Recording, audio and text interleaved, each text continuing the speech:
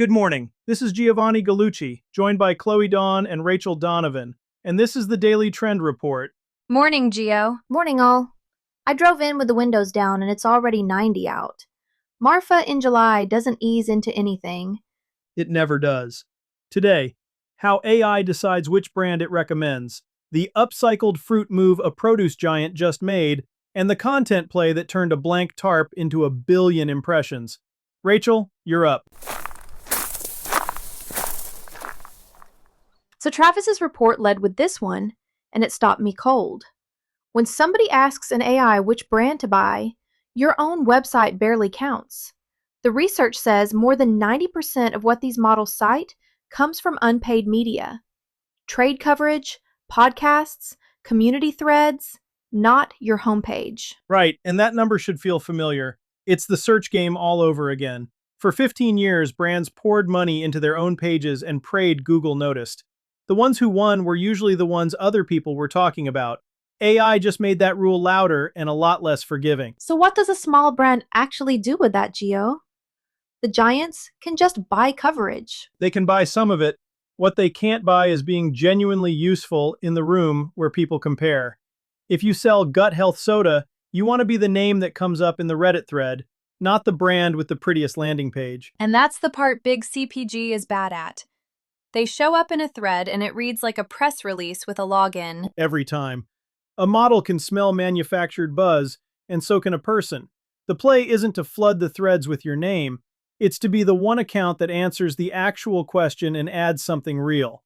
Do that for a season and the citations follow you. There was a second half to Travis's report that worried me, though. Another piece argued, AI search is quietly rotting from the inside. Source bias, model collapse, and your dashboards look fine right up until they don't. That's the tension worth sitting in. Chase the AI visibility, sure, but keep one channel you actually own. A list, a community, something a model can't fence off or misread overnight. Don't go build your whole house on rented land a second time. And Meta and Google both started auto-labeling AI in ads this week. So the honesty question isn't really a choice anymore. No, it's infrastructure now, which, for a small batch brand, is a gift. When the platform staples a Made with AI badge onto everybody else, human-made stops being a slogan and becomes a certified difference.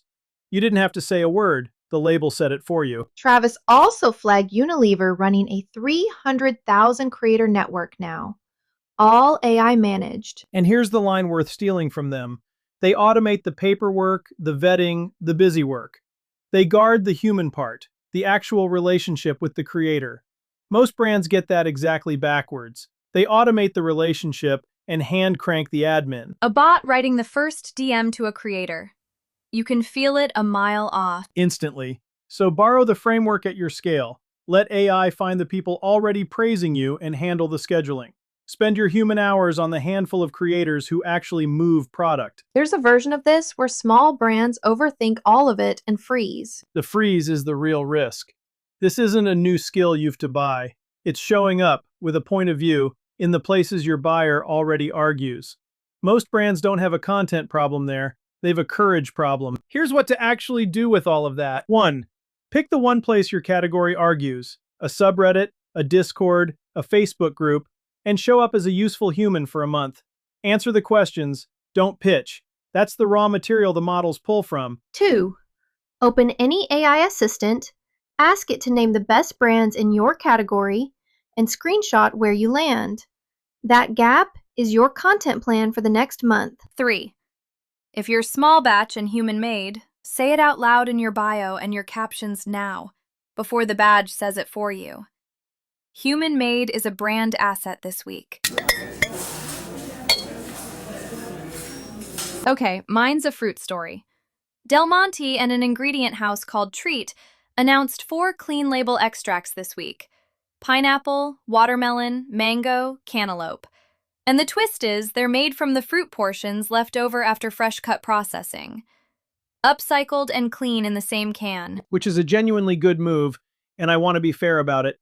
Turning what you'd have thrown away into a real fruit flavor that replaces a synthetic is exactly what clean label independents have been preaching for years. Right, so is this a giant stealing the story or validating it? Both, and that's the opening. When a produce giant plants a flag on upcycled and real, it tells every buyer the category is legitimate. The independents who've been doing this since day one just got their whole thesis endorsed on a billboard. The catch is, the giant says it louder.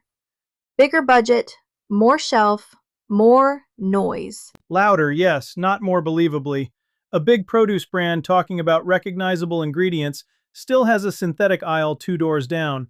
A small brand that has never once used a lab flavor can say the same sentence and actually mean it.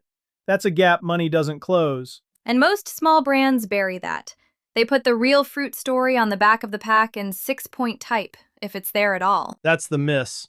The story a big brand needs a press release to tell, you can just show, not on the label, in the feed, where people actually make the call. Chloe, does the taste claim matter here?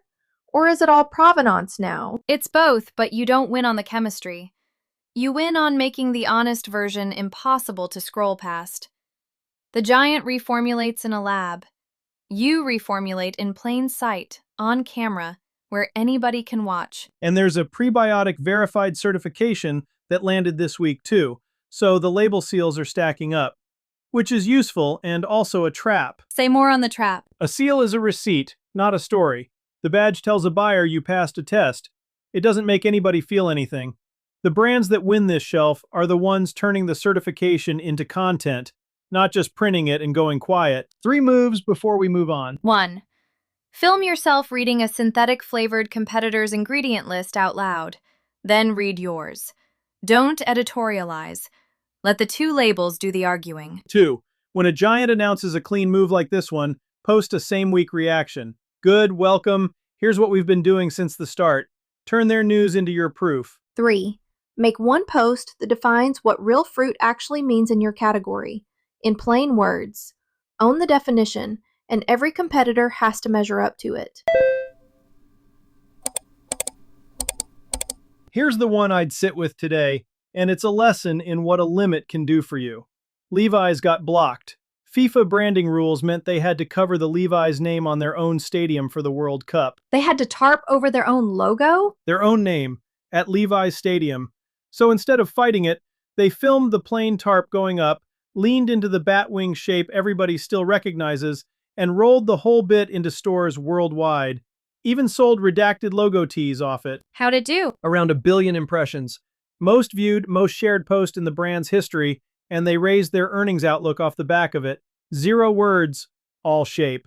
A joke the audience got in half a second. So the constraint became the campaign. The constraint was the campaign, which is the opposite of how most brands handle a limit. They see a rule and they quit. Eddie's report had a second one in the same spirit. Poppy didn't run ads against Love Island this season. They moved inside it. Cast integration, watch parties, a beach moment with the can. I saw those numbers go by. Kind of wild. 33 million impressions on their owned content at a 16% engagement rate, and the creator content around it did over 200 million views. They embedded in a fandom instead of interrupting one. That engagement rate is the tell. And the cheap version of that? Not everybody has a Love Island budget. Heinz. They noticed their packet colors already matched soccer's red and yellow cards, made limited penalty packets, and shipped it in a day. No sponsorship. They just saw what they already owned and moved. Now do the one that flopped, because I know there's one. There's always one. Spilt rebranded and launched an out-of-hand chug challenge. Post a video chugging the stuff, tag us, win a prize. The rebrand's sharp. The challenge is a 2019 move in a 2026 feed. So the lesson isn't the format, it's the freshness. The lesson is the thread through the other 3. Nobody bought their way in. A constraint, a fandom, and a visual pun beat the budgets this week. A recycled challenge mechanic didn't. Attention doesn't reward spend right now, it rewards a good eye. 3 things from this one. 1. When a rule or a platform limit blocks your obvious campaign, film the workaround. The restriction is the story. Levi's proved it at 1 billion impressions. 2. Don't run ads against a fandom, move into it. Find the show or the league or the subculture your buyer already loves and become part of the furniture. 3. Look at what you already own. a color, a shape, a phrase that maps onto a cultural moment and move on it same day. Heinz needed a day and a good eye, not a sponsorship. That's the show. If your brand keeps getting out-talked by companies with worse products and bigger budgets, that gap is the thing I close. Gallucci Net is organic social strategy for small operators who'd rather earn the room than rent it. A real point of view, a real community, content people actually pass around. If you want that built, come find me at gallucci.net or DM at galluccinet on Instagram or LinkedIn. Talk tomorrow.